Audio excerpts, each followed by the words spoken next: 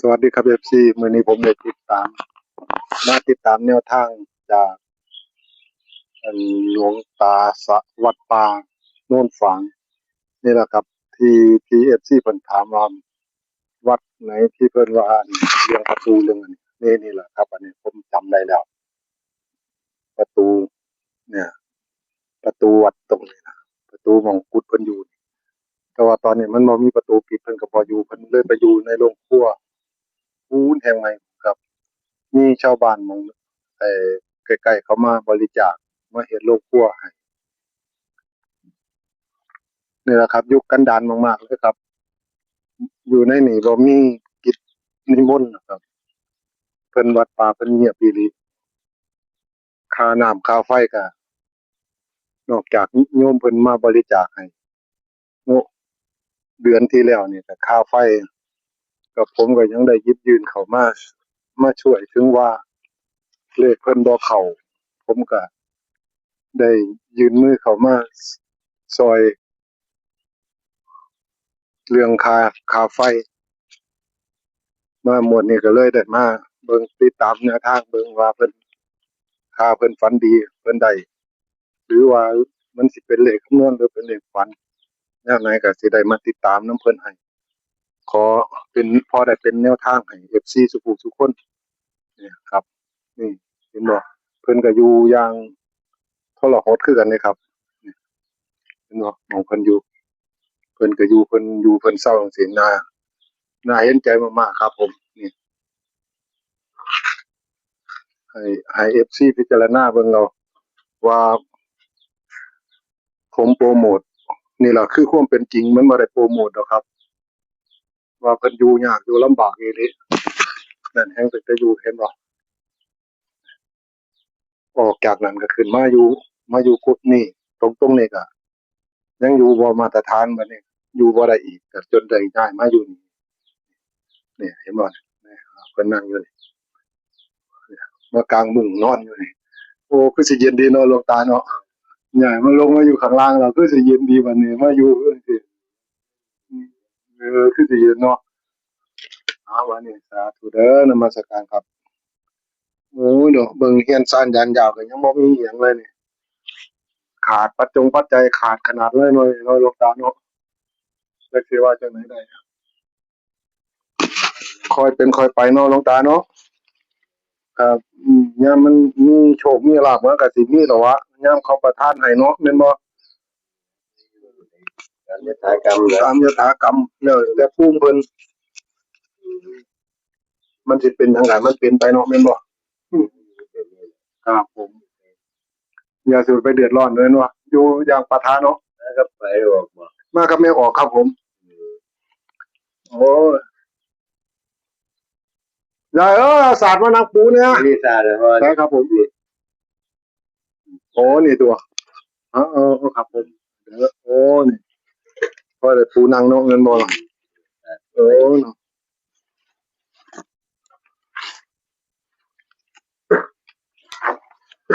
ดีตั้งแต่ว่าสันเวลาเดียวเนาะถ้า2เวลาก็ลำบากเลยเนาะแม่นบ่หลวงตาก็สิลำบากจังว่าเด้อเนาะมันคือมันอยู่ไกลบ้านไกลช่องคนเนาะมันบ่ญาติโยมสันเดียวมันก็สบาย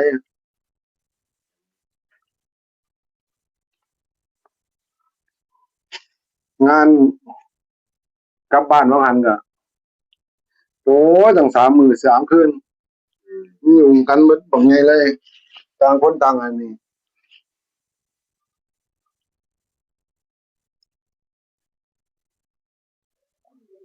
เนี่ยได้แล้วได้สารของเพิ่นแล้วเพิ่นเอาสารมาปูให้แล้วอืมมีน้ำกินบ่ล่ะเฒ่าเอาน้ำกินมาถวายพระอาจารย์นำแหน่เออแพ็กแกะแล้วก็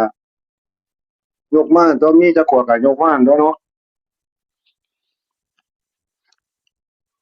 มันบ่ได้เข้าตลาดน้ำมันก็แพงลงพระอาจารย์เอ้ยจนไปไสก็ไปบ่รอดบ่มันไทยเบิดแล้ว ถ้าหากบ่มีมุ้ยน้ำมันถ้าหากบ่มีน้ำมันเนาะไทยประเทศนอกมืดเออไทยประเทศนอกมืดน้ำมันแต่ว่าน้ำมันในไทยแพงครับ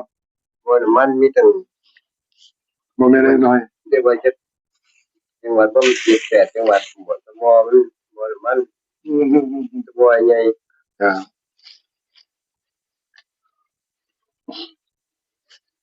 ร้านกระบืออำเภอสุโขทัยอำเภอท้องสุรีนี่เหมือนน้ำมันโอ้โหมือฝนแห้งๆลมแห้งๆเฮ็ดจังไดกันอยู่จังไดกันก็บ่มีลมเลยเนาะแม่นบ่จะมีลมก็ซ้ำนี่แหละโอ้ลมพ่อพัดเฉยๆซ้ำนี่ล่ะติ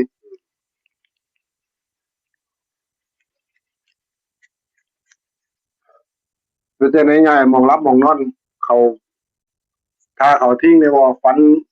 เป็นตามนิมิตดีได้บ่นี่จะทำบ่ด้วย6ค่ำแล้วมื้อนี้สารวันดีคักๆแล้วมื้อนี้มื้อเขาเซ็นบุญเบิกบ้านอีหยังกันในย่านทาการแล้ว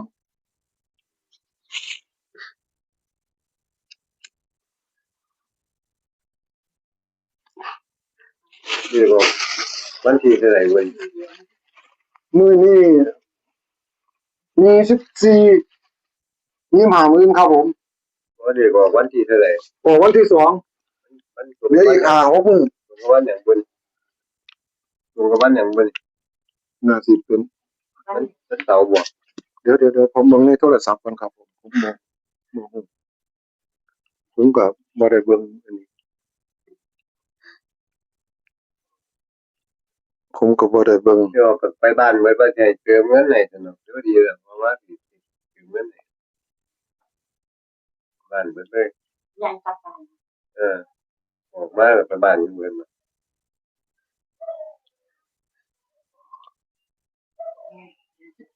วันเสาร์มื้อนี้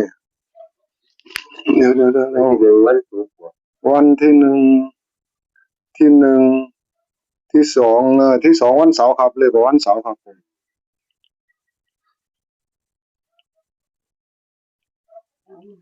เสาร์หน้าอืม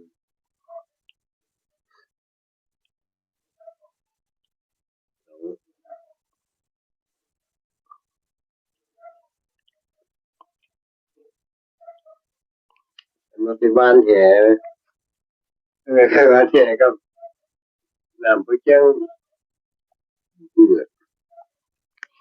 อัน2-3เที่ยโลก็กินอยู่ถึงน้ำตาล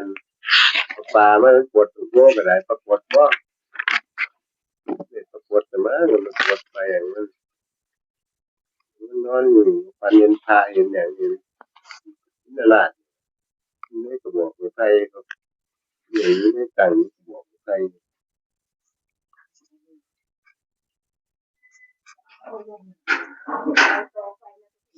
เออไปว่าจะลากไปมันก็พุ่นแล้วไม่จัดเบียดใช่ก่อนเบิ่งนะฮะว่ามันเอากันนั่นล่ะคุณเราคนละวางพายุคนละนี่โอ้ยมาลำเจียบ่ครับผมบ่มีหมา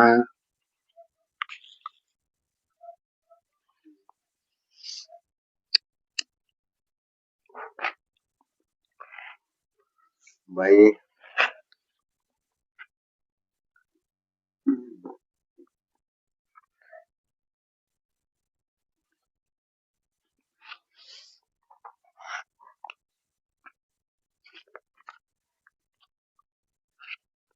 ไอ้ไปถึงมองนั่นโอ้ไปมา2หม้องแล้วครับผม2-3หม้องนี่ล่ะไปหาพระอาจารย์พุ่นก็ไปมาแล้วยังนั่นสีแดงอันนี้สีน้ำเงินครับสีแดง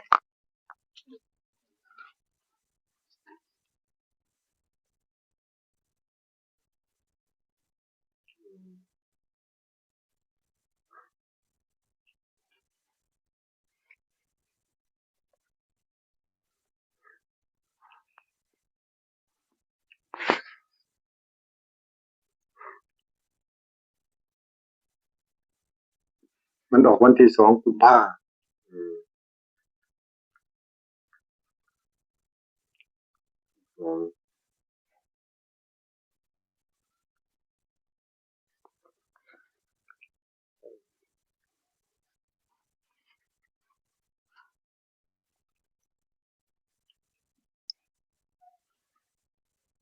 ที่เป็นว่าวัน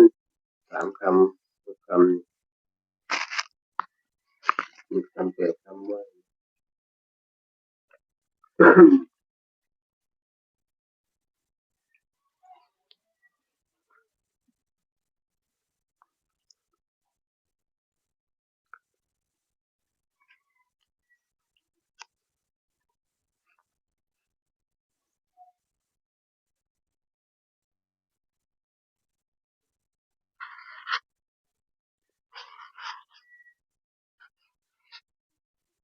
เด้อ FC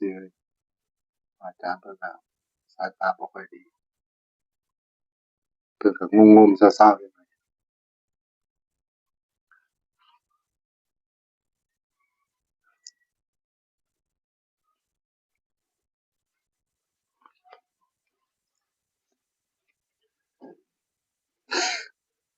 นี่แหละครับการอยู่การหยังของหลวงตา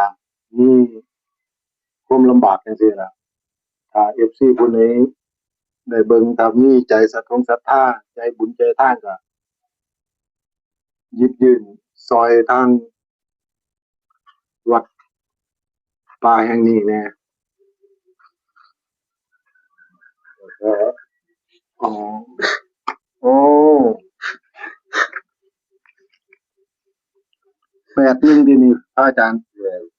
ได้เบิ่งครับ81โอ้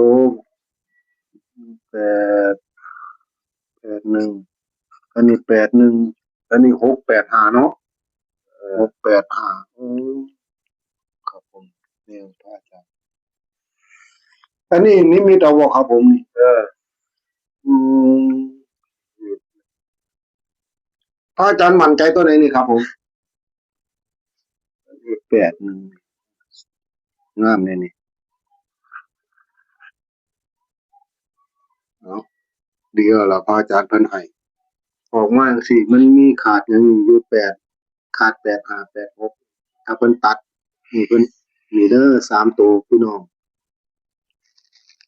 เพิ่นสิเนี่ยตัดให้เพิ่นก่อน85 86 68นี่พี่น้องเอ้ยบัดนี้ตัดออกให้เบิดแล้วล่ะ65กันให้เพิ่นนี่ถ้าเพิ่นให้ออกมาจังซี่ผมโดยมากผมสิกันให้จังซี่ล่ะถ้าบ่กันบ่ได้ดอกตัดออกให้เลย จะตั้งก็ประตูนี้ครับ เติมโทรศัพท์เสร็จแล้วครับผมโอ้ยเอาบ่เป็นหยังเลยในบ้านเดี๋ยวหาเติมให้ครับนี่ล่ะของพระอาจารย์เพิ่นให้มาสิเป็นจังซี่ล่ะครับผมมีอันไหนก็ติดต่อมาตามนี้ได้เลยพี่น้อง FC สุขุสุขคนเนื่องจากเพิ่นก็หนักอีหลีก็บ่ฮู้จักสิว่าจั่งใดแหละผมก็ดีงวดที่แล้วผมก็ได้มาช่วยค่าฟืนค่าไฟเพิ่นอยู่นี่ล่ะเพราะว่าผมมีกิจนิมนต์อีหลีในวัดนี้ในวัดป่าแห่งนี้ครับผมจึงได้อันนี้ออกมาจังซี่นี่ล่ะจังซี่ล่ะพี่น้องเอ้ย FC สุขุสุขคนเบิ่งเอาบัดนี้เนี่ยเพิ่นให้ออกมาเป็นแนวทางมาเป็นจังซี่เฮาก็พิจารณาเอาว่าแนวไหนมันสิมาแบบไหนเนาะพระอาจารย์เนาะแม่นบ่จังพระอาจารย์นิมิตก็ว่าจังได๋ก็ครับผมว่าวันแหดีกว่าหรือว่าเหรียญนี่หวยนะ อืมว่าเหรียญนี่หวยว่า2-3 เที่ยนี่นะก็เอาไปจีปลายเนี่ยก็เอาขึ้นมาอันนี้แหละปวดเนี่ยเป็นบักมุ้งนี่แหละปวดใส่อย่างนี้นะแหก็แห5แห6อยู่แล้วเนาะแล้วบ่58กับ85ก็อยู่นี่ตัวเนาะแม่นบ่วันนี้พระชินราชนี่พระชินราชตั้งซึ่งไทยตั้งซึ่งไทย อืม ในหลาดฟันได้ปวดตรงนี้ไปนี่มีต้อยอยู่ไปอ่า แล้วก็แปลกได้ละเนาะ เด็กพามันก็มีเด็กพาผีมันก็หลายตัว ครับผม อืม 18 98เด็กพาก็ได้อันนี้เอาเด็กพาเลยละ ปลาเนี่ยมาตรฐานดี เด็กหางยาวเนี่ยเด็กพา อืม เด็ก 685นี่แหละที่ เด็กพามันก็มี 685นี่ตัวผมตัดออกมานี่เนาะ6858นี่เนาะแม่นบ่นี่แห5แห6เนาะแม่นบ่แหได้แห5แห6ฟ้าก็ ปวดเลย ปรากฏโอ้มันเป็นจังซี่ของยังเป็นจังซี่ดอกว่าเนาะ เนี่ยไอ้เด็กพา เลยปานเนี่ย FC เบิ่งเอาบัดนี้มันสิเป็นจังได๋ เด็กพามันก็8 1ก็เที่ยงกันไว้เนี่ย ครับ อ่า อืม ไม่ได้ฟันโดนเดี๋ยวนี้ฟันแบบไปบ้านแหนมันมีก็ปีแล้ว โอ้ยเนาะเนี่ยเฮาว่าเป็นพระเนาะแม่นบ่เฮาว่าเป็นพระแล้วก็ฝันว่าไปวางแหนอนเนาะไม่ต้องบ่เคยเลยเนาะ บ้านก็คือกับน้ำเที่ยงนี่แหละบ้านก็แตกดี ก็ดังตาไปเลยบ้านสองเทีย ม่วนมึงครึ่งเลยดิ คือแบบก็ได้แต่บ้านอีกมานี่มันก็ตีปลาเนี่ยมันถึงมามันปวดมันอยู่เผาแหนอะไรเนี่ย อ้าวมันสิบ่เกี่ยวกับศูนย์เลยบ่หรือพระอาจารย์หรือว่าเกี่ยว มันก็80กันเนี่ย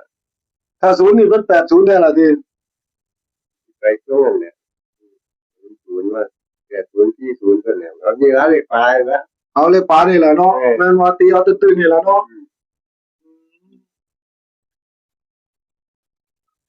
โตๆก็แสดงว่าไอ้คนไปนำเนี่ยก็ไอ้คนที่ย่างเข้ามานี่แหละที่ว่า ด้วยเลยกินบาทเราเป็นอย่างไร ครับผม ไปมันไปยืนที่คู่มีเรื่องคู่หมดแล้วก็น้ำไปแล้วก็บ่รู้คือกันเลย ครับ น้ำเป็นหินใต้น้ำก็แจ้งอยู่นะแจ้ง เออ เอาแจ้งเดียวแค่เอาไหลมันแตกตาน้ำใส ครับผม หินใต้ก็น้ำอยู่ ครับ มันอยู่อยู่แต่อยู่ตอนน้ำเป็นว่างหินว่างไงแล้วว่างฝุ่นว่างไง อืม น้ำม้วนฝุ่นหมดที่จังไหนแหละ สิแม่นเหรอว่ากัน มันมีน้ำว่างมีเดียวบ่เคยเห็นว่างมีเดียว บางไปบ้านก็บ่รู้จักว่างมองไหนนี่นะไปบ้านก็เป็นนิมิตเป็นเลขกันละ ครับผมมันก็เป็นนิมิตไปเนาะจังซั่นเนาะ เป็นเดี๋ยวนี้แหละมันเป็นนิมิตไปแบบนี้ โอ้คอยไหม้แน่เนาะ